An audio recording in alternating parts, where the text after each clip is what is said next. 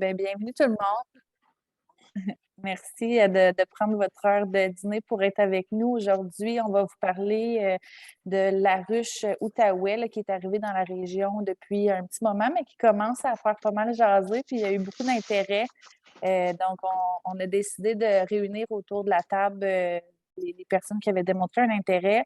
On sait que le financement traditionnel devient de plus en plus difficile. Il y en a qui ont des projets concrets, il y en a qui sont ici juste avec, par intérêt, ils veulent savoir c'est quoi du sociofinancement. C'est quand même un mot que les gens ne savent pas tellement encore ce que c'est. Fait qu'on a Anna-Brigitte là, qui est avec nous de la ruche pour faire une présentation.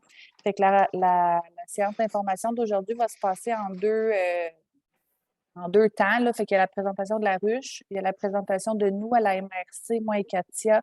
On a ouvert un fonds pour payer un vidéo promotionnel. Fait que c'est vraiment en lien avec la campagne de sociofinancement. On va tout vous expliquer ça. Puis à la fin, on termine avec une période de questions.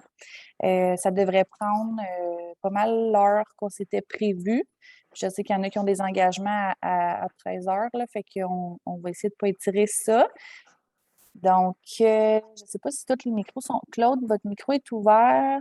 Bruno, on pourrait peut-être fermer nos micros parce que là, j'entends du bruit là, en arrière. Merci. Fait qu'on va laisser la parole à Anna-Brigitte qui va se présenter et présenter la ruche.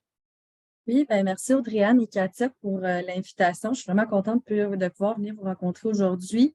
C'est ça, je peux vous mettre un peu en contexte. Moi, je suis spécialiste de projet à la ruche. Donc, quand les promoteurs sont intéressés de juste en découvrir un peu plus sur les possibilités de financement ou même d'aller en ligne pour faire campagne, il y a tout le temps une spécialiste de projet.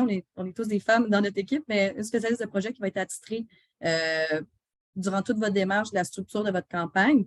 Nous, on s'assure vraiment de vous donner les meilleurs conseils, les trucs et astuces. On révise vos pages de campagne. Bref, on s'assure que ça répond aux standards pour aller en ligne, que vous ayez la meilleure expérience possible puis favoriser vos chances de succès. C'est ça. La présentation d'aujourd'hui, ça vise un peu à montrer un peu c'est quoi les étapes au final qui vont vous permettre de vous rendre jusqu'à là. C'est quoi les implications d'une campagne, comment on structure ça, puis vous présenter un petit peu la ruche en parallèle. Donc, je peux peut-être partager mon écran tout de suite. C'est pas bien long. Juste un instant. Je vais passer ceci. Démarrer. Est-ce que vous voyez la présentation en plein écran? Super.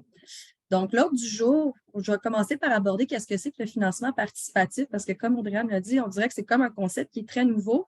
Même dans l'histoire du financement, c'est un mode de financement qui est arrivé il n'y a pas si longtemps d'aller chercher des sous auprès de la population. Donc, on va pouvoir en parler un peu plus. Puis ce qui nous distingue, la ruche, donc on est un modèle unique et un modèle québécois dont on est très fiers. C'est quoi les éléments pour préparer sa campagne? Je vais même vous présenter quelques exemples de projets. Et à la fin, on va voir l'ensemble du parcours promoteur, c'est-à-dire toutes les étapes à travers lesquelles vous allez passer si vous décidez de faire campagne. Donc, tout d'abord, qu'est-ce que c'est que le financement participatif? Vous en avez probablement déjà entendu parler ou vous connaissez peut-être même ça malgré vous, soit si vous avez déjà fait des levées de fonds, vous avez participé à des levées de fonds, vous avez vu, par exemple, des gens faire des campagnes GoFundMe dans vos réseaux Facebook, ou même Kickstarter. Bref, le concept du socio-financement, c'est vraiment d'avoir une idée et de se tourner vers notre réseau, la population, pour venir appuyer puis financer cette idée-là. Donc, il va y avoir, bien entendu, le promoteur. C'est de ça, les contributeurs qui vont venir appuyer votre projet avec des sous. Puis à la ruche, la particularité, c'est qu'on va avoir la dimension des contreparties qu'on appelle. Ça, c'est vraiment ce qu'on appelle, nous, du donnant-donnant. Dans une campagne, on va dire une levée de fonds ou GoFundMe, les gens feraient simplement vous donner des sous, vous récoltez le tout, puis vous partez faire votre projet. À la ruche, il faut donner quelque chose en retour aux gens qui vous appuient. Puis nous, c'est ce qu'on appelle des contreparties. Concrètement, sur votre page de campagne, ça va avoir quasiment l'air d'un site transactionnel, c'est que vous allez offrir des choses aux gens. Ça pourrait être un remerciement. Si, par exemple, vous préparez un événement, ça pourrait être de vendre des billets à travers votre campagne. Ça pourrait être d'offrir des avantages exclusifs, proposer un tirage. Bref, toutes les idées sont bonnes, mais on va pouvoir en parler un petit peu plus loin en détail de qu'est-ce que c'est que les contreparties. Pourquoi on va venir faire une campagne de socio-financement? Les raisons sont assez multiples. Ça peut être pour financer un projet ponctuel ou une idée spécifique. Par exemple, un restaurant qui voudrait ouvrir une terrasse, par exemple, pourrait décider de faire campagne. Tester le marché ou valider un projet. On a des entrepreneurs qui sont en pleine phase de validation de leur plan d'affaires. Donc, des fois, il y en a qui se disent, ben, je fais campagne, mais c'est vraiment plus pour voir est-ce que les gens sont réceptifs à mon concept et à mes idées ou pas. Ça pourrait être pour mobiliser la communauté autour d'une idée. Je pense à Bruno, justement, qui avait peut-être des idées avec le club de motoneige, mais ça pourrait être de rallier cette communauté-là autour d'un projet porteur ou qui va venir structurer cette organisation-là. Ça pourrait être pour joindre des nouveaux publics, une entreprise qui voudrait aller rejoindre plus de gens, expandre son marché. Finalement, ben, ça va être pour développer des compétences entrepreneuriales. C'est sûr que faire campagne, au final, c'est penser à un objectif, se fixer des échéanciers, penser à des contreparties, mobiliser, solliciter des gens, utiliser les réseaux sociaux. Bref, c'est sûr qu'à travers ça, ben, vous allez parfaire vos connaissances et vos compétences entrepreneuriales. Après ça, à qui ça s'adresse? C'est le fun, là, j'ai vu qu'il y avait comme une grande diversité de projets et d'organisations. Ça s'adresse à peu près n'importe qui, la ruche, en autant que ce soit un individu, entreprise ou un organisme. On voit même des fois des projets personnels. Je dirais que le seul critère important à se rappeler, c'est qu'il faut que votre projet ait des retombées sur la communauté. Donc, ça ne pourrait pas être un projet, par exemple, pour venir financer votre inscription à un cours à l'université, je donne un exemple, ou soigner quelqu'un qui est malade dans votre entourage. Il faut vraiment que ce soit un projet porteur qui a des retombées sociales, économiques, culturelles, peu importe, mais sur une communauté, même si elle est petite, ça pourrait être à l'échelle de votre quartier, de votre voisinage, mais communauté, c'est vraiment le point de départ. Comme on l'a vu, ben, ça peut être pour démarrer votre projet, le faire croître ou développer de nouveaux produits ou services. Après ça, ben, la ruche, modèle unique que je vous ai dit, quand on a créé la ruche en 2013, le but, c'était vraiment de venir offrir une solution de financement qui était complémentaire à ce qu'on trouvait dans le financement plus traditionnel en termes de prêts, subventions, bourses. Ce qui est le fun avec une campagne La Ruche, c'est que vous collectez des sous auprès de la population, mais vous partez avec de l'argent sonnant dans vos poches. C'est de l'argent que vous appartient, vous ne devez rien à personne, mis à part les contreparties. C'est ça, on est implanté depuis dans pratiquement là, ça dit 12, mais 14 régions. On a ouvert récemment Côte-Nord et la Naudière, bientôt les Laurentides. Donc, on est vraiment implanté partout au Québec. Dans votre cas, ça va être l'Outaouais. Et on vise d'être vraiment à travers la province d'ici 2023-2024. Donc, ça va très bien au niveau de la ruche. On se fait connaître de plus en plus. Au niveau de ce qui est de notre taux de succès, on a un excellent taux de succès, 85 80-85 je dirais. C'est assez impressionnant, moi, je trouve, considérant que la moyenne mondiale est de 22 Puis je dirais que ce qui va faire vraiment toute la différence dans le taux de succès, c'est tout l'accompagnement que vous allez avoir du début à la fin. Si vous allez, par exemple, sur GoFundMe, Kickstarter, des choses comme ça, c'est sûr que bon, ben, vous allez construire votre page, lancer votre projet. À la ruche, il y a vraiment toute une équipe qui est là pour vous appuyer, à commencer par les directeurs et les directrices régionales. Pour la région de l'Outaouais, ça va être François Boudreau. Puis le directeur, lui, son travail au final, c'est d'être en relation avec les partenaires sur le territoire, l'écosystème, des organismes qui sont peut-être un peu dans le même secteur que vous, les organisations de développement économique. Bref, le directeur ou la directrice, c'est vraiment le ou la spécialiste des partenaires sur le territoire. Donc, vous avez besoin d'être mis en relation, connaître les financements additionnels possibles dans votre région, ben, c'est vraiment la référence. Après ça, on va avoir les spécialistes de projet comme moi.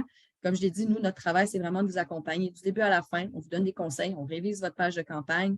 Si en cours de campagne, on se rendait compte que ça n'allait pas, ben, on vous donne quelques conseils pour essayer de relancer le momentum. On va avoir aussi nos conseillers en financement additionnel. On a des programmes de financement exclusifs à la ruche dont je vais vous parler dans quelques instants. Mais on a ces conseillères-là qui sont vraiment là pour vous aider à faire votre dépôt de demande, réviser vos dossiers, vous assurer que vous cadrez bien avec les modalités. Puis après ça, bien, on va avoir tout notre réseau de partenaires, des ambassadeurs, des gens qui connaissent bien la ruche, qui peuvent venir challenger votre idée, peut-être vous donner des conseils, vous orienter vers les bonnes ressources. Donc, faire campagne à la ruche, oui, c'est réaliser son projet, faire sa campagne, mais c'est aussi avoir accès à tout ce réseau-là de gens là, qui sont là pour vous appuyer. On va avoir également des outils adaptés. Nous, la ruche, c'est un concept qui va être 100 en ligne. Donc, contrairement à une levée de fonds, on va aller chercher des sous peut-être en monnaie, papier. La ruche, c'est 100 à distance en ligne. Les gens vont faire des transactions par carte de crédit. Donc, vous allez avoir accès à notre plateforme pour construire votre page de campagne. L'ensemble des sections de votre page vont être personnalisables. Donc, vous allez pouvoir choisir votre titre, faire vos descriptifs, faire vos contreparties. Il y a une vidéo promotionnelle aussi qui va être obligatoire pour aller en ligne. Vous pouvez mettre la vidéo que vous voulez. Nous, à travers ça, bien, on vous partage des outils, des guides des bonnes pratiques sur comment bien se préparer à faire campagne, des guides promotionnels, comment on partage, comment on parle, puis on partage la campagne, comment on sollicite les gens, des gabarits de communiqués de presse, si vous voulez rejoindre les médias locaux. Bref, nous, on a cumulé à travers le temps plein d'outils qui sont super utiles pour structurer la campagne. Ce qui est le fun, c'est que si votre campagne est réussie à la fin, vous avez un compte client qu'on appelle, qui permet de télécharger les données de l'ensemble de vos contributeurs. Donc, si vous voulez rejoindre après ça les gens pour les remercier, puis même faire un suivi, c'est un beau bassin de clients potentiels ou de gens intéressés dans votre initiative, c'est le fun de garder contact avec ces gens-là, puis vous avez accès à ces données. Après, on va avoir ce qu'on appelle, nous, le financement additionnel. Le financement additionnel, moi, je trouve que c'est un concept qui est super intéressant parce qu'il est vraiment propre à la ruche. C'est des formes de financement que vous pouvez acquérir en faisant campagne. C'est des partenariats qu'on a développés dans chacune des régions. Ça va être souvent des programmes qui vont être conditionnels à la réussite de votre campagne sous forme de bourses, prêts ou subventions. Mais je dis tout le temps que ça vaut la peine de s'informer auprès de son directeur ou de sa spécialiste pour voir s'il n'y a pas des possibilités justement au niveau de la BDC, Futurpreneur, peu importe. Mais ça arrive qu'on a des projets, mettons, d'une valeur de 5 000 puis après ça, on va avoir, on va dire justement BDC qui vient appuyer pour un 3 000 supplémentaire. C'est de l'argent qui vous est offert là, par BDC, mais conditionnel à la réussite de votre campagne. Puis c'est ça, comme je dis, plusieurs programmes qui vont être vraiment exclusifs à la ruche que si vous faites campagne. Ce qui est le fun, c'est qu'après ça, on peut peut-être venir le valoriser sur votre barre de progression. Concrètement, c'est qu'on voit votre page de campagne, on voit l'objectif. Tout au long de la campagne, l'objectif progresse, mais on peut montrer que BDC vous appuie à hauteur de, disons, 3 000 Puis ce qui est le fun, c'est que ça donne un petit levier, petit aspect de crédibilité auprès du contributeur qui se dit, il y a Futurpreneur ou il y a Recycle Québec qui appuie ce projet-là. Donc, ça vient étoffer votre page de campagne. Pour ce qui est du financement additionnel, on a aussi des programmes qui vont être nationaux, qu'on appelle. Donc, ça va être à travers toute la province, entre autres le Fonds Milliard pour la jeunesse. Si vous avez un projet en tête qui s'adresse aux jeunes de 15 à 29 ans, ce qui est vraiment intéressant du Fonds Milliard pour la jeunesse, c'est qu'il pourrait venir doubler votre objectif de campagne. Donc, il faut répondre à certains critères. Il faut vraiment s'assurer que notre projet a un impact sur le groupe d'âge ciblé. Mais après ça, c'est que si vous dites, j'ai un objectif de 20 000, mais moi, je pense que je suis juste capable de lever 10 000 en sociofinancement, l'autre moitié pourrait être potentiellement couverte par le Fonds Milliard pour la jeunesse. On a également 2 autres programmes. On va avoir le Fonds -C+. Le Fonds -C+, ça va être un programme qui va permettre, pour les projets qui vont permettre la réduction des déchets à la source ou le réemploi des matières. Ça ne comprend pas recyclage, compostage, mais bref, ça va être dans notre catégorie éco-programme et ça va encore une fois venir permettre de doubler l'objectif de campagne. On a également le Fonds empreinte positive qui, lui, va encourager les projets qui vont permettre la sensibilisation en lien avec l'efficacité énergétique. Donc là, on ne vient pas doubler, mais c'est une bonification de 50 de votre objectif, qui est quand même très intéressant pour diminuer l'objectif de campagne puis de sous que vous avez à récolter auprès de la population. Je vous en glisse un mot aussi, je ne les ai pas ici parce que c'est des programmes qui sont en train de se construire, mais on a également 2 programmes qui s'en viennent. Un pour le ministère de l'Économie et de l'Innovation pour les projets en phase de croissance. Et on va avoir également un autre programme qui s'en vient avec le ministère du Tourisme. Donc, si jamais vous avez des questions, vous voulez qu'on en parle un peu plus, on pourra peut-être en revoir ça dans la période de questions ou lors d'une rencontre, si jamais vous voulez qu'on fasse une rencontre démarrage ensemble. Préparation de la campagne. Quand je fais mes rencontres avec les promoteurs, c'est souvent la première question qui vient. Donc, c'est quoi les prochaines étapes? Comment je fais pour lancer mon projet? La première étape, je vous dirais, ça va être de vraiment définir votre idée. Donc, qu'est-ce que vous voulez venir financer? Des fois, les gens ont un très, très grand projet de centaines de milliers de dollars. Mais à la ruche, si on va venir financer souvent du 0 100 000, la moyenne des projets étant à peu près 15 000 dollars.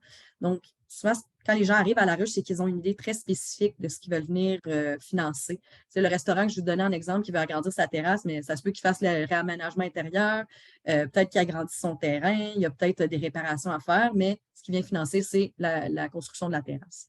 Donc, définir vos besoins, votre idée, voir est-ce que vous êtes en mesure de mobiliser un réseau pour cette idée-là. Et après ça, vous pouvez commencer l'accompagnement avec nous. Nous, on vous aide à peut-être redéfinir encore vos besoins, l'objectif de campagne. On regarde s'il n'y a pas des possibilités de financement additionnel. Donc, on regarde, on structure toute la page de campagne avec vous. Et après ça, vous lancez votre projet, vous sollicitez votre réseau. Ça, c'est vraiment un travail qui va vous appartenir, c'est-à-dire de convaincre les gens de donner, faire rayonner la campagne. Puis après ça, on l'espère à 85 % on l'a vu tantôt. Succès, on croise les doigts, mais on va tout faire pour que ça se produise. Puis après ça, la campagne est réussie. Vous devez honorer vos contreparties, vous encaissez le montant recueilli et vous pouvez réaliser votre idée. Avant qu'on aille plus loin, est-ce qu'il y a des gens qui avaient des questions sur ce qu'on a dit jusqu'à présent? Où ça va? Ça va bien, on continue. Ah, attends, Claude avait une question, je crois. Oui, parfait.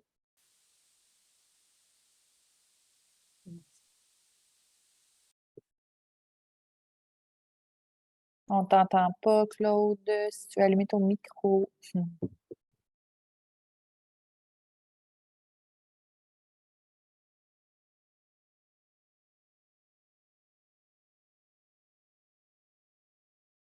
Sinon, ça peut être, si jamais il est en Est-ce mesure. qu'on m'entend? Ah oui, là, on Oui. t'entend. Est-ce qu'on m'entend? Bon, Oui. OK. Alors, lorsque dans un des critères, il y a la retombée sur la communauté, Mhm. est-ce qu'on entend la communauté régionale de l'Outaouais ou une communauté vraiment, le milieu de la danse, par exemple, pour l'ensemble du Québec? Les deux sont valides. On a vu des projets, des fois, justement, qui étaient pour un quartier ou, on va dire, une zone géographique. Mais des fois, ça peut être un projet, par exemple, j'avais rencontré une entreprise récemment, c'était pour un festival de cirque, mais les adeptes de cirque et les athlètes qui font partie de cet univers-là, il y en a partout au Québec. Donc, ça peut être un projet qui s'adresse à une communauté artistique, par exemple, même si ça va au-delà de l'Outaouais. Puis, on a des projets, des fois, même inter-régions. Donc, ça, il n'y a pas d'enjeu à ce niveau-là. Est-ce que je peux poser une deuxième question? Oui, certainement, on est là pour ça. Dans les qui a été subventionné jusqu'ici, est-ce que la publication d'un livre a déjà été subventionnée? Oui. Socio-financement pour faire la publication d'un livre. Oui, tout à fait. On a vu des gens qui faisaient le démarrage. Il y avait besoin de faire campagne pour faire l'impression, l'édition du livre, des fois même pour faire le graphisme de la page couverture, des choses comme ça. Donc oui, c'est quelque chose qu'on a vu assez fréquemment, lancement d'album, lancement d'un livre, premier spectacle. C'est des choses qu'on voit assez souvent, là. Ça fait plaisir. Donc, excellent. S'il n'y a pas d'autres questions, je poursuis avec. Ben là, on rentre un peu plus en détail dans les étapes que je vous ai nommées ici. Donc, circonscrire le projet. Qu'est-ce qu'on entend par circonscrire le projet? Comme j'ai dit, définir son besoin, qu'est-ce qu'on veut aller financer. Mais après ça, il va aussi falloir décider, ça va être quoi la durée de la campagne, puis quand est-ce que vous allez aller en ligne. Dans tous les cas, nous, ça va être 30 à 90 jours pour les périodes de campagne. 30 étant, je vous dirais, un peu sur le côté court des choses, 90 étant dans le plus long. Je trouve que nous, la période idéale, c'est 45 à 60 jours, tout dépendamment de votre objectif et de votre stratégie. Après ça, il faut aussi réfléchir, c'est quoi la période optimale pour faire campagne? Nous, d'un point de vue statistique, les périodes les plus achalandées, ça va être printemps-automne, mais pour X raisons, vous, votre communauté, votre clientèle est plus facilement mobilisable juste avant le temps des fêtes, ça peut être intéressant de dire je vais faire campagne à ce moment-là. La même chose que si c'est plus facile durant l'été, ça peut être intéressant de faire campagne aussi à ce moment-là. Donc, c'est vraiment d'évaluer qu'est-ce qui est le plus stratégique pour vous. Puis, le dernier point à considérer, ça va être de vous assurer d'être disponible. Il ne faut pas aller en vacances quand on est en campagne. Des fois, on a des entrepreneurs, surtout, c'est des gens très occupés, très impliqués. Ils ont souvent 3 emplois, sont impliqués dans des comités, ils ont une famille, puis ils se disent, j'ai pas le temps. Mais pour faire campagne, il faut vraiment s'assurer qu'on a du temps et surtout de l'énergie, parce que ça va être de la préparation.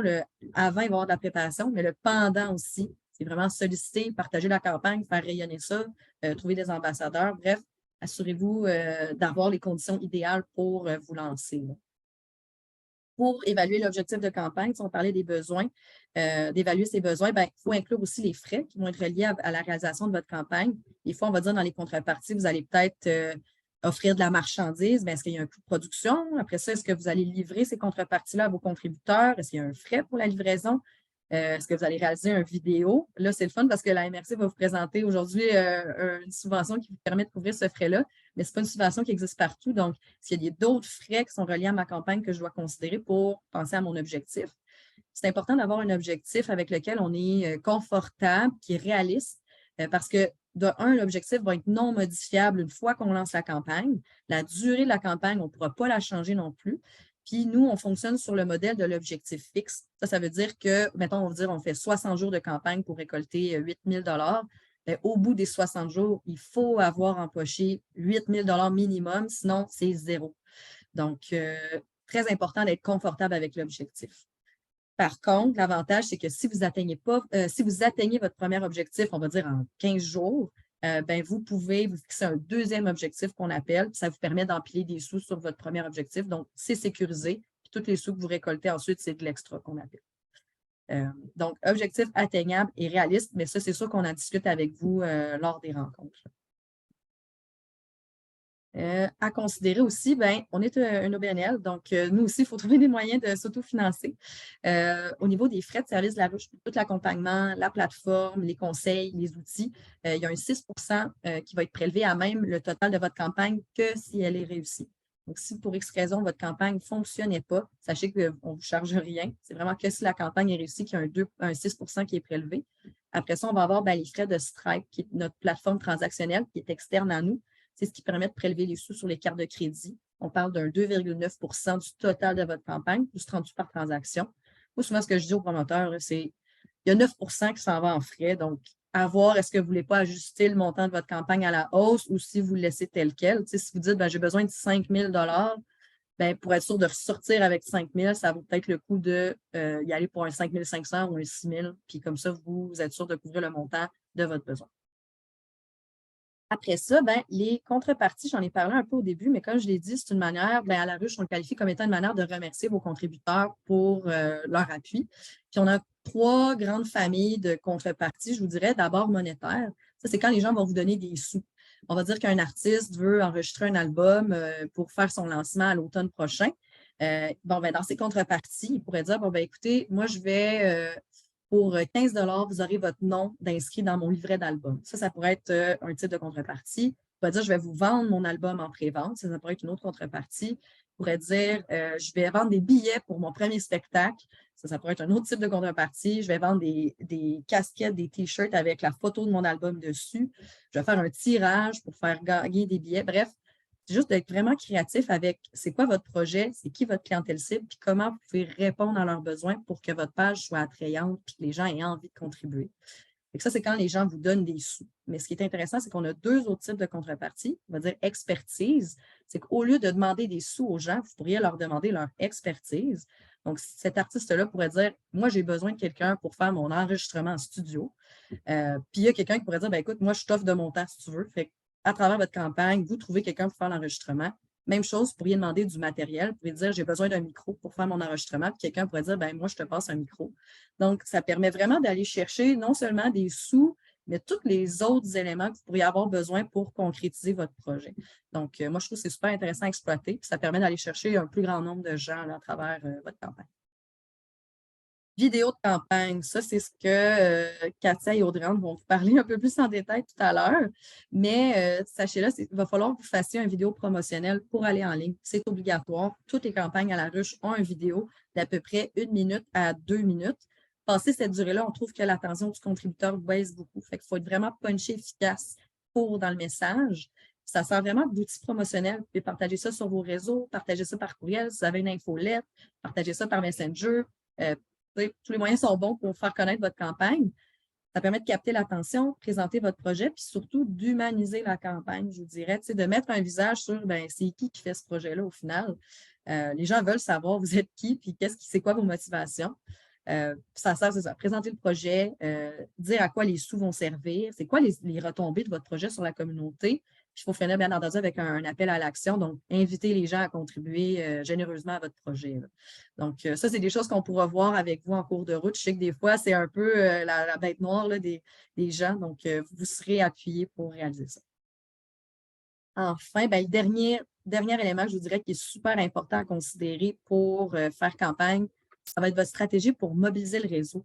Des fois, les gens s'imaginent qu'ils vont lancer leur campagne, puis les contributions vont pleuvoir, mais en réalité, vu que c'est en ligne, si vous lancez votre campagne, votre voisin n'a aucune manière de savoir que c'est commencé tant et aussi longtemps que vous ne lui avez pas dit. C'est valable pour tous les gens qui existent sur la Terre. Il faut avoir un plan de match sur comment on va parler de la campagne, à qui on va s'adresser, de quelle manière, à quelle fréquence. Donc, il faut penser à la stratégie. Il faut penser aussi à avoir peut-être des ambassadeurs, des relayeurs, des gens qui, vous avez votre réseau, mais ces gens-là de votre entourage ont aussi leur réseau. Fait que ça vous permet des fois d'avoir accès à un réseau plus vaste, juste en ayant 1 ou 2 personnes qui travaillent avec vous à partager la campagne. Puis après ça, ça va être de solliciter l'entourage, dire aux gens de parler de vos contreparties, c'est quoi les avantages de contribuer. Donc, de se montrer convaincant. Puis au niveau du cercle des contributeurs, là, comment ça va se déployer, c'est qu'il va y avoir vous qui va porter le projet. Les gens qui vont être généralement le plus susceptibles de donner, ça va être vos amis, famille, collègues. Tu sais, c'est des gens qui sont déjà convertis, ils veulent votre bien, ils veulent que votre projet marche. Fait que ça va être souvent les gens qui vont contribuer en premier.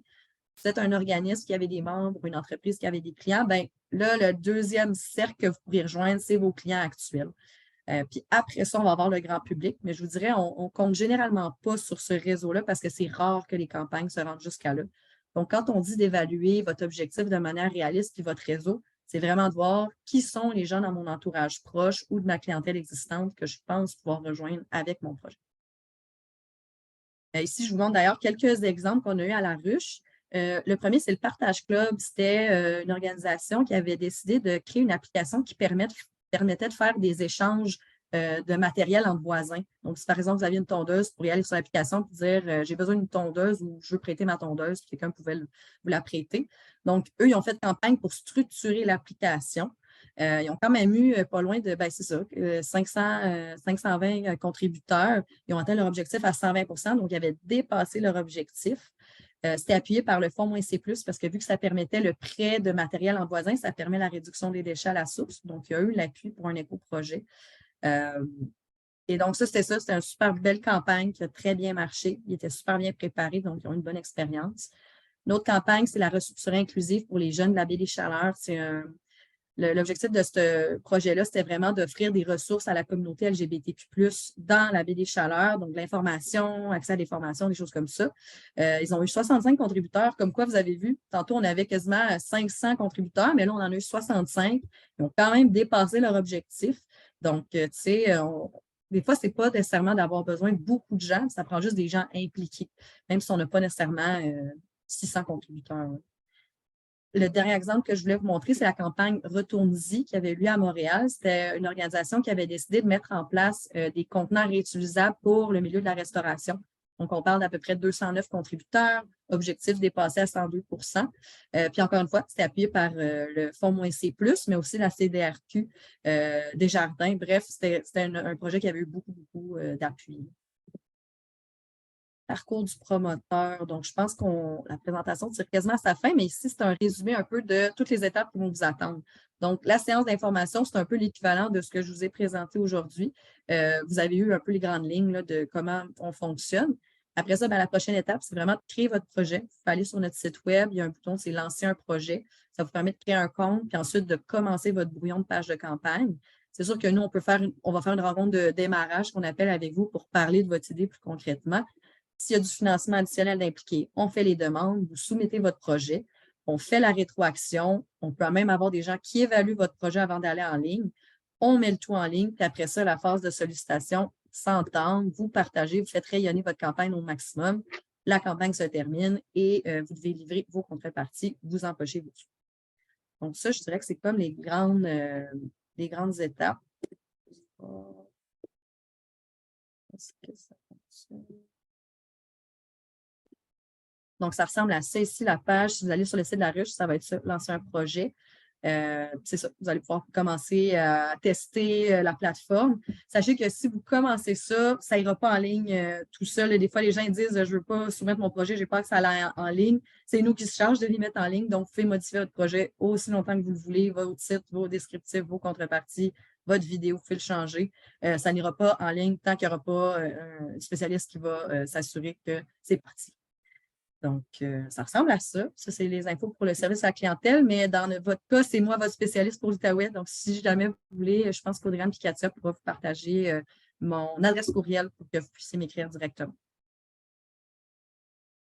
Oui, merci beaucoup, Anna-Brigitte, pour la présentation. Je ne sais pas si on peut peut-être partager ton courriel dans le chat, là, dans la conversation. Je peux l'écrire tout à fait. Super. Puis, fait que je ne sais pas si vous avez d'autres questions pour la présentation. Oui, je vois Caroline qui a la main levée. Vas-y, Caroline. Oui, allô. En fait, j'aurais aimé ça entendre parler de la subvention croissance pour voir comment ça fonctionne. Moi, c'est un projet on a déjà une ferme maraîchère, puis on veut ajouter une nouvelle sœur à notre projet. Pour ce qui est du fonds sur la croissance, présentement, le on appelle les projets qui sont intéressés de faire campagne avec ce programme-là des projets sous-marins parce que c'est comme pas encore sorti, mais c'est possible de déposer dès cet été. C'est un programme qui va venir encourager les entreprises qui sont en phase de croissance. Il faut exister au registre des entreprises depuis minimum 1 an. J'imagine que c'est ton cas. Donc, minimalement 1 an. Puis ça peut être pour n'importe quelle phase de croissance d'entreprise. Ça pourrait être pour acquisition de matériel, développement de nouveaux marchés. Ça pourrait être même pour financer des salaires, peut-être pas majoritairement, mais en partie. La contrainte, c'est qu'il faut faire pour minimum 50 000 de campagne. Donc, c'est quand même un objectif assez colossal. Mais si tu es préparé, que tu sais que tu as le réseau pour le faire ou des partenaires qui vont venir t'appuyer en commandite, par exemple, via ta campagne, c'est tout à fait possible. Puis le fonds vient doubler ton objectif de campagne jusqu'à concurrence de 250 000. Donc, tu pourrais faire une campagne de 50 000, 100 000, comme tu veux. Puis le max que tu pourrais recevoir, c'est 250 000 si tu fais une campagne de 250 000. Donc, c'est quand même, en termes de sollicitation, il faut être très bien préparé. Quand tu parles des commandites, je ne sais pas c'est quoi. Oui, ça, c'est un bon point. Tantôt, je parlais un peu des contreparties, de ce qui est possible d'offrir via votre campagne. On va dire que tantôt, je disais des exemples, tu peux vendre des billets, de la marchandise, album en pré-vente. Il y a des gens, des fois, ce qu'ils vont faire à travers leur campagne, ils vont proposer de la visibilité à des partenaires. Donc, au lieu d'offrir, mettons, un bien ou un service, tu dis, ben écoute, tu me donnes, on va dire, 3 000 $ puis moi, je t'affiche chez nous pendant 1 an. Et que ça pourrait être une manière d'aller chercher des montants plus élevés via ta campagne.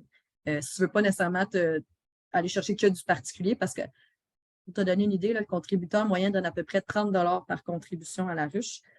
Si tu as un objectif de 50 000, ça peut faire beaucoup de 30 $ à aller chercher. C'est le fun quand tu as des partenaires à qui tu peux peut-être faire de la commandite, publicité, visibilité, puis qu'eux, ils peuvent te donner des montants plus élevés là, pour réduire le nombre de monsieur, madame, tout le monde à aller convaincre. Là, Merci. Ça me fait plaisir. Émilie, vas-y.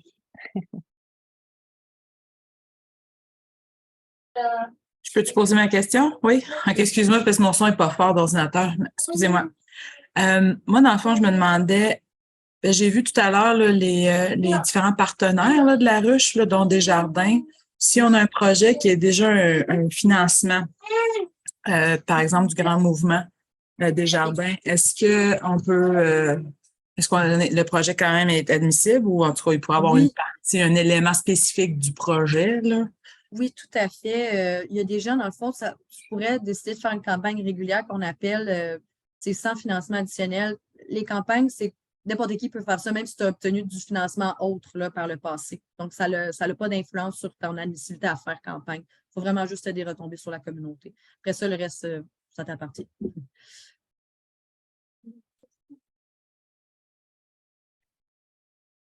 Caroline, c'est une nouvelle main? Oui, c'est une nouvelle question par rapport à ce qu'elle disait. Tu sais, quand on a déjà eu un financement, disons, moi, je vais chercher un financement avec le MAPAC, puis après ça, on va chercher le sociofinancement. Souvent, les projets, on a un financement maximal qu'on peut aller chercher. J'imagine que le sociofinancement n'est pas inclus dans ces montants maximales-là? Je sais, c'est une excellente question. J'avais déjà vu quelqu'un. C'est qu'au niveau plus de tout ce qui est fiscal, comptabilité, on ne s'avance pas trop parce qu'on a trop de formes juridiques différentes. Des fois, il y a des projets personnels, travailleurs autonomes, des OBNL. Il faudrait que tu valides, je pense, avec tes bailleurs de fonds ou en tout cas, qu'est-ce qui est possible. Tu vois, j'avais vu récemment une entreprise qui disait qu'elle voulait aller chercher sa mise de fonds via sa campagne, mais je pense que ça ne pouvait pas être plus que quelque chose comme... mettons, on va dire que sa mise de fonds devait être de 50 000, bien, là-dessus, ça pouvait être que la moitié qui est en sociofinancement. Mais c'est une contrainte que je ne sais pas de qui ça venait ou quoi que ce soit. Elle était juste au courant que c'était ça, les contraintes qu'elle devait respecter. Donc, mais j'ajouterais peut-être, là, Caroline, toi, tu parles possiblement des cumuls d'aides gouvernementales, là, que pour une entreprise, pour un organisme, c'est 80 %, pour une entreprise, normalement, c'est 50 %, mais je ne crois pas que la ruche, dans le fond, c'est pas de l'aide gouvernementale que tu reçois. Fait que c'est comme si c'était un peu du love money que tu reçois de quelqu'un, là, de ta famille ou peu importe. Fait que non, je ne crois pas que c'est calculé dans l'aide gouvernementale. Puis, penses-tu que la portion, disons qu'il y a un ajout pour un autre programme comme le programme Croissance, à ce moment-là, lui, il pourrait être peut-être considéré, ça a validé, mais... Exactement. Dès qu'on tombe dans du financement additionnel, étant donné que c'est du financement qu'on appelle public, Ça dépend ce que tu présentes à ton budget. Si, par exemple, on va dire ton projet est d'une valeur d'1 million, il y a un 200 000 que tu as financé, on va dire, pour l'étude de faisabilité, des choses comme ça, puis qu'après ça, tu fais campagne pour acquérir des matériaux, il n'y aurait pas de chevauchement, ça serait correct parce que les deux besoins financiers sont pas, bien que c'est pour tout le même projet, tu ne présentes pas les éléments de budget qui sont identiques. Là, donc, ça serait correct. Mais si c'est quelque chose que tu as déjà financé puis que là, tu veux continuer à financer avec la ruche, avec le MEI, là, ça se peut que ça ne marche pas. Oui, ça va être ça, dépendamment de, si par exemple le financement additionnel vient de Desjardins, ça ne sera pas calculé. Mais s'il vient de possiblement, c'est sur le MEI ou tourisme qui sont financés aussi par les gouvernements, là, dans le fond, ça serait calculé. Merci. Ça fait plaisir. Bruno.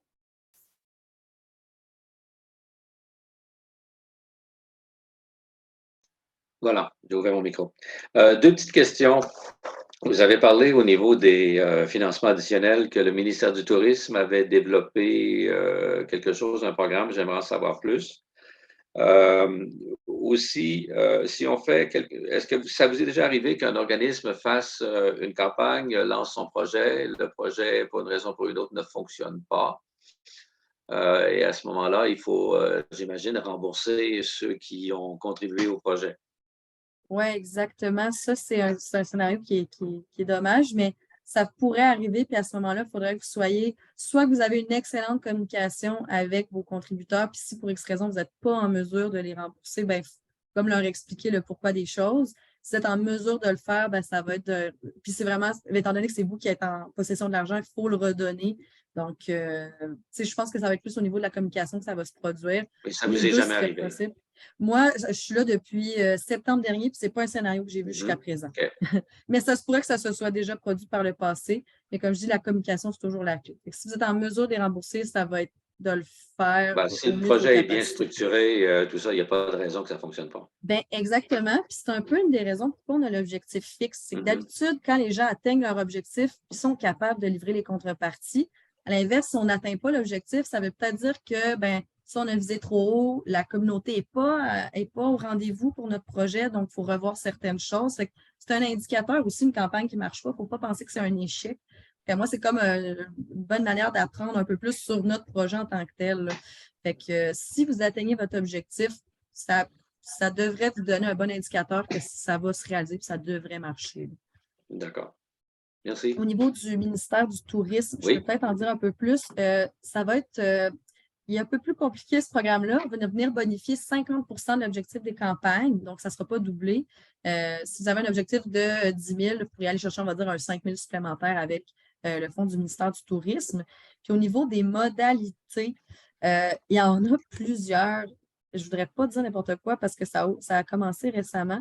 Je vais juste regarder ici si je ne suis pas capable de démarrage. Récapitulatif. Il y a peut-être quelques infos que je peux partager. Là.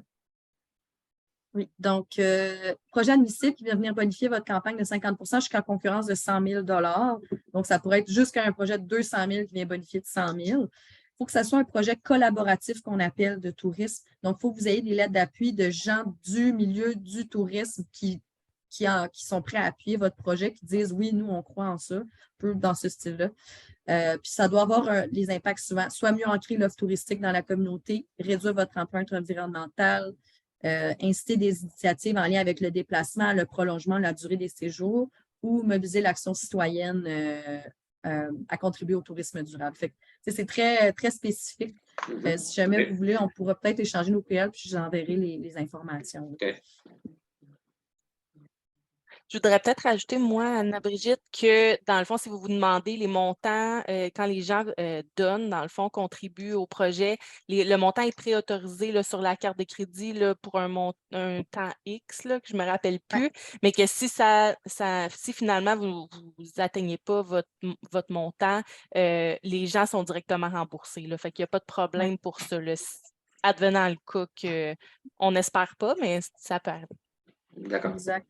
Durant toute la durée de la campagne, c'est des préautorisations. C'est vraiment que quand la campagne est terminée et réussie que là, la phase de paiement s'enclenche. Donc, vous n'avez pas à gérer de remboursement si la campagne ne marchait pas. Parfait. Donc, s'il n'y a pas d'autres questions, on pourrait peut-être poursuivre là, avec, je vois le temps qui file, avec notre petite présentation, Katia. Donc, nous, c'est ça, on va vous parler là, d'une nouvelle subvention. C'est la première fois qu'on va en parler, qu'on a sorti à la MRC, suite à plusieurs rencontres qu'on a eues avec Anna-Brigitte. Il y a déjà 3 ou 4 projets dans la région qui sont terminés ou en cours. Je ne sais pas, Anna-Brigitte, si je dis n'importe quoi. Mais On en a deux à l'heure actuelle, je crois, puis un autre qui s'en vient prochainement. Parfait. Donc, on s'est rendu compte, ben, c'est ça que la vidéo promotionnelle, en fait, était une petite problématique. Hein. Les gens sont plus ou moins à l'aise avec de se filmer, de tu sais quoi dire dans les vidéos pour se mettre de l'avant. La première impression est super importante pour assurer la réussite là, des campagnes avec la ruche. Donc, on s'est dit pourquoi pas aider nos entreprises ici dans la MRC Papineau en offrant une subvention qui va venir aider les entreprises à payer les frais pour faire une vidéo promotionnelle.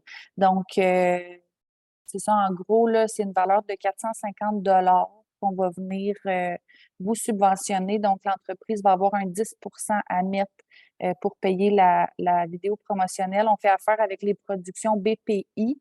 Donc, c'est après là, des soumissions qu'on a obtenues, une analyse qui a été faite par notre conseil d'administration, c'est l'expert qui a été retenu.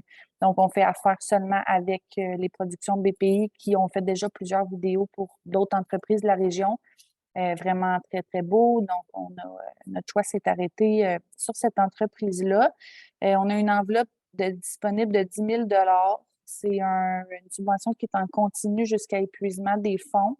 Donc, c'est vraiment selon les projets qu'on aura de déposer.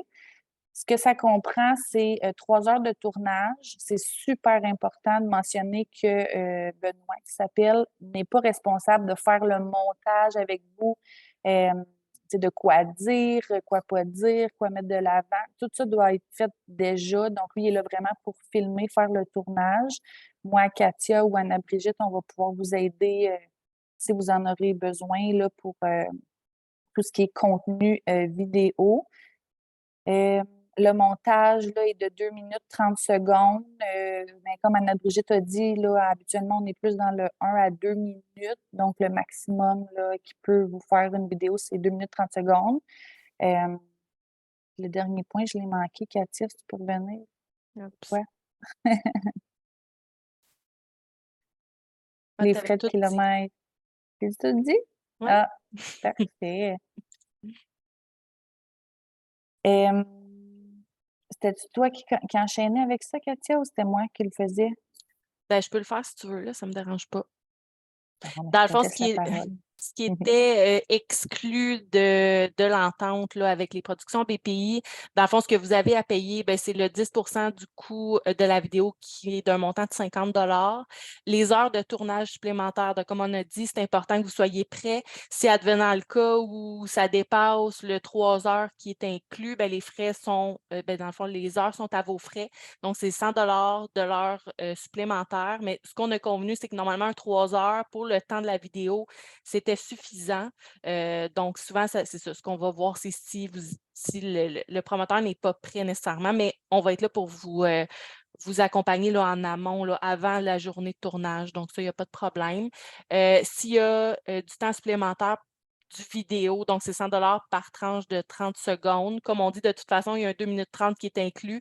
C'est déjà beaucoup plus que ce qui est conseillé. Donc, on ne pense pas se rendre là, mais il faut savoir qu'il y a quand même des frais supplémentaires et des frais de déplacement sont à vos frais. C'est 50 sous du kilomètre à partir du chemin Vinoy-Ripon.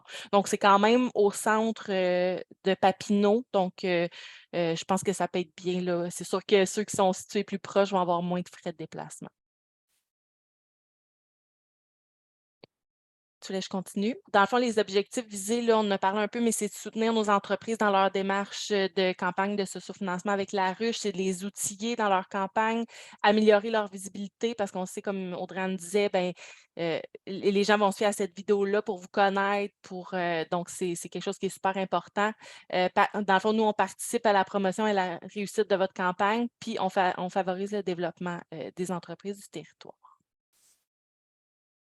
Les demandeurs qui sont admissibles, donc ça, c'est super important. Il faut que ce soit une entreprise qui organise sa première campagne de sociofinancement à la ruche, parce que ça, il n'y a pas de Anna-Brigitte ne l'a pas mentionné, mais vous pouvez faire plusieurs campagnes de sociofinancement, il n'y a pas de problème. Nous, on subventionne seulement la première vidéo. Il faut que le montant de la campagne soit d'au moins 10 000 ça peut être avec ou sans financement additionnel, ça n'a aucune importance pour nous. Faut que l'entreprise soit référée par la ruche. Donc, c'est super important là, de passer par la ruche tout d'abord, savoir si vous êtes admissible, etc., pour par la suite pouvoir demander la subvention à la MRC. Évidemment, il faut que vous soyez établi sur le territoire de la MRC, il faut que vous soyez légalement constitué. Puis, les entreprises en prédémarrage, démarrage, croissance et relève sont admissibles. Donc là, il va à l'inverse, ceux qui ne sont pas admissibles, bien, ceux qui ont déjà obtenu une subvention, la ruche ne seront pas réadmissibles. Si vous êtes hors du territoire de la MRC, vous n'êtes pas admissible. Les entreprises qui font une campagne de moins de 10 000 ne le seront pas. Et les entreprises qui ne sont pas référées par la ruche. Mais il faut savoir que si vous nous contactez pour avoir cette subvention-là, bien, c'est sûr que nous, on va vous référer là, tout d'abord à la ruche pour savoir si vous êtes admissible. Donc, nos critères d'évaluation, ce sont les retombées positives du projet pour l'entreprise, qui comptent pour 25 points, les retombées positives du projet pour la région, le potentiel du projet, le réseau de contact du promoteur et le potentiel du marché convoité qui va comporter 25 points également. Ça, de toute façon, c'est tout analysé aussi par la ruche. Là. Il faut quand même avoir un bon réseau de contact. Tout ça est analysé au préalable. Le profil de l'entrepreneur et le sérieux de la campagne de sociofinancement, bien sûr, et la capacité du promoteur à investir le pourcentage minimal requis par le fonds, qui est quand même très minime là, à notre avis. Donc, le processus de traitement, c'est simple. Nous, il faut que vous soyez référencé par la ruche. Donc, après, par la suite, on peut organiser une première rencontre avec la chargée de projet qui est Anna-Brigitte. Vous pouvez déposer votre formulaire à la MRC par courriel à l'une des adresses dans le formulaire. Les demandes sont analysées par le comité d'analyse. Donc, ce n'est pas parce que vous déposez que vous avez automatiquement la subvention. Ça, c'est important de le savoir. Par la suite, les demandes sont déposées au conseil d'administration pour décision finale. Donc, le comité d'analyse recommande ou ne recommande pas, puis par la suite, le conseil d'administration prend la décision. Donc, ça reste nos élus qui ont le dernier mot. Ensuite, il y a un protocole d'entente à signer avec la MRC. Ensuite, on vous met en contact avec les productions BPI pour déterminer une date de tournage. C'est sûr qu'on va peut-être essayer même de faire cette étape-là au préalable pour s'assurer que dépendamment de quand vous faites campagne, quand que la campagne est mise en ligne, que le tout soit fait le plus rapidement possible. Donc, nous, on décaisse directement à l'expert. Ça aussi, c'est quelque chose qui est important de savoir, c'est que nous, le montant va être décaissé à l'expert, puis votre contribution devra être décaissée là, de votre part à l'expert. Bruno, je vois que vous avez une question.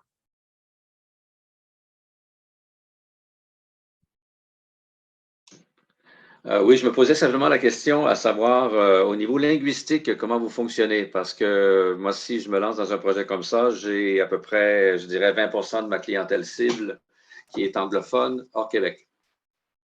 Bien, c'est sûr que comme Anna-Brigitte mentionnait là, tantôt, c'est important de mettre des sous-titres. Nous, ce qu'on a discuté avec l'expert, c'est que tout sera sous-titré. D'accord. Donc, peut-être, possiblement, ça pourrait être intéressant pour vous de le faire sous-titrer en anglais ou de voir si vous voulez faire certaines portions. Là, ça va être à déterminer entre nous, là, mais c'est quelque chose qui est faisable là, de faire sous-titrer. D'accord. Merci. Parfait. Donc, un peu... Ah, oui, vas-y. Ben, je ne sais pas si tu vas en parler plus loin, là, mais j'ajouterais aussi que si jamais, là, pour X raison, la campagne ne fonctionne pas, donc vous n'atteignez pas votre objectif, vous n'avez pas besoin de rembourser ou quoi que ce soit la subvention que vous allez avoir eue. Là. Donc, il y a ce petit élément-là que je voulais souligner. Merci. Donc, un peu la ligne du temps, bien, en tout temps, vous pouvez contacter la ruche d'Outaouais ou la MRC de Papineau pour un projet de sociofinancement. On va faire le pont l'un à l'autre pour se parler des projets, il n'y a pas de problème. Autour du 20 de chaque mois, il y a le dépôt du formulaire là, à l'agent responsable. Les premiers mercredis de chaque mois, c'est les séances du conseil d'administration. Ensuite, normalement, là, dans les 48 heures après, on est capable de vous dire si votre demande a été autorisée ou non. Par la suite, il va y avoir la signature du protocole comme mentionné et à la suite du protocole, nous versons automatiquement là, à les productions BPI la subvention. Donc, ça, c'est un peu le calendrier du dépôt des formulaires. Il faut savoir qu'en juillet, nous n'avons pas de conseil d'administration, donc c'est important de le savoir. Donc, la prochaine date, techniquement, de dépôt serait le 24 juillet pour une autorisation le 2 août. Donc, mais de toute façon, là, avec les délais de parler du projet, etc., structurer le tout, là, normalement, de toute façon, on peut quand même vous mettre en contact avec les productions BPI, peut-être déterminer une date, puis si advenant le cas où ce n'est pas autorisé et que vous ne voulez pas aller de l'avant là, en décaissant 100 devenant le cas que vous n'avez pas la subvention, bien, vous pouvez quand même annuler là, la journée de tournage. Oui, Claude? On ne vous entend pas. Là, vous m'entendez? Oui. Oui. D'après les critères qui ont été énoncés récemment, présentés plus tôt, oui. Il n'y a que les entreprises qui peuvent demander. Un individu ne peut pas demander. Non, nous, c'est sûr qu'il faut savoir que dans le fond, on accompagne les entreprises à la MRC là, en développement économique. Donc, nous, c'est sûr, les organismes sont admissibles. Dans le fond, c'est tout organisme et entreprise légalement constitué. Là. Mais un travailleur autonome qui est enregistré avec un NEQ est légalement constitué. Donc, ça peut être une entreprise individuelle, il n'y a aucun problème. Là. Il n'est pas obligé d'être incorporé là, pour être admissible. OK, merci. Donc, c'est ça. Vous pouvez toutes retrouver là, ces informations-là sur notre site, le calendrier s'y trouve et tout ça. Puis là, dans le fond, je ne sais pas si c'est quelque chose qui vous intéressait là, que je partage peut-être le formulaire. Là, je vois qu'il reste comme 3 minutes. Je ne sais pas si vous aimeriez là, qu'on vous montre un peu le formulaire. Joanie, oui. Oui. OK. C'est sûr que, comme Cathy disait, c'est disponible sur le site. On peut aussi vous l'envoyer. J'ai tous vos courriels. On a essayé de garder ça très simple. Fait que je vais laisser Katia le présenter. Mais là, on dirait que le processus est très compliqué et long, là, mais ça se fait assez bien. C'est sûr qu'on a des étapes qu'on n'a pas le choix de passer. Il faut que ça passe à notre conseil d'administration, etc. Là, donc, ça, c'est sûr. Voyez-vous le formulaire? Oui? Parfait. Donc, c'est sûr, il y a l'identification, le promoteur entreprise là, au départ, donc de la poutine, d'où vient votre municipalité, votre courriel, etc. Vous êtes à quel stade de l'entreprise, votre statut juridique. C'est important de savoir qu'on autorise en pré-démarrage, démarrage, mais qu'à ce moment-là, on va demander le plan d'affaires, les prévisions financières là, pour s'assurer que l'entreprise est bien structurée, que le projet là, fait du sens. Donc, c'est sûr qu'il y a ces deux critères-là là, qui a un ajout. Par la suite, une petite mise en contexte de l'entreprise. Vous êtes qui, les promoteurs, les propriétaires, etc. Donc, quelque chose de bien simple. Par la suite, un peu la description de la campagne de sociofinancement, donc d'expliquer le projet, ça représente quoi pour l'entreprise, est-ce qu'il va y avoir un financement additionnel, est-ce que c'est quoi la date de prévue, etc. Donc, un peu de contexte là, sur la campagne. Ensuite, les impacts et les retombées de la campagne et de la subvention là, sur votre entreprise. Donc, ça va améliorer quoi à votre situation actuelle? Parler un peu des impacts positifs de cette subvention et de la campagne. Ça va être quoi les retombées pour la région et pour l'entreprise? Expliquer là, si la vidéo elle va avoir quel impact aussi sur votre entreprise. Là. Est-ce que pour vous, c'est sûr que si vous êtes à l'aise de faire une vidéo vous-même, vous n'êtes pas obligé non plus d'appliquer à la subvention. Là, vous pouvez y aller de vous-même là, sans problème. On parlait aussi que nous, on fait affaire avec seulement les productions BPI. Donc, si vous avez famille, amis qui produisent des vidéos, vous pouvez y aller de l'avant avec eux là, sans problème, mais vous ne pourrez pas appliquer à la subvention. Donc, ça ressemble à ça. On vous explique encore c'est quoi les critères, signature, puis on envoie ça. Ça va nous prendre une preuve d'admissibilité à la ruche. Donc, simplement Anna Brigitte qui nous confirme que la démarche est enclenchée, il n'y a aucun problème. Donc, vous m'envoyez ça là, par courriel, puis comme je dis, dépendamment de la date, là, on traite au prochain conseil d'administration.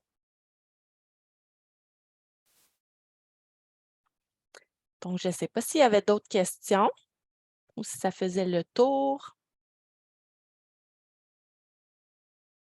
Tout est beau.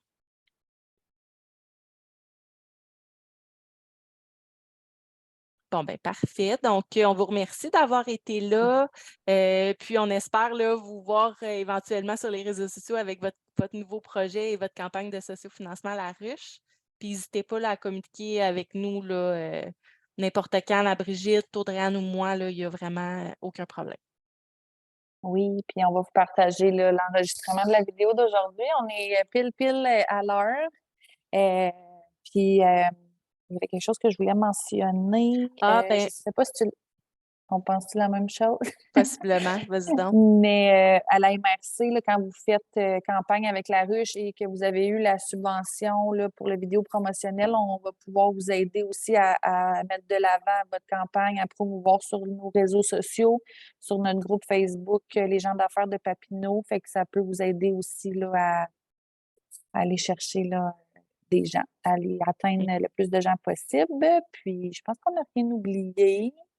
Non. Si vous avez des questions, écrivez-nous. On va organiser une rencontre là, plus en individuel avec Anna-Brigitte pour parler vraiment de vos projets plus en détail. Donc, voilà. Merci beaucoup. Puis, Merci. je vous tiens au courant là, pour la suite. Merci, c'était un plaisir. Merci. Merci. À bientôt. Bye bye. Bye bye.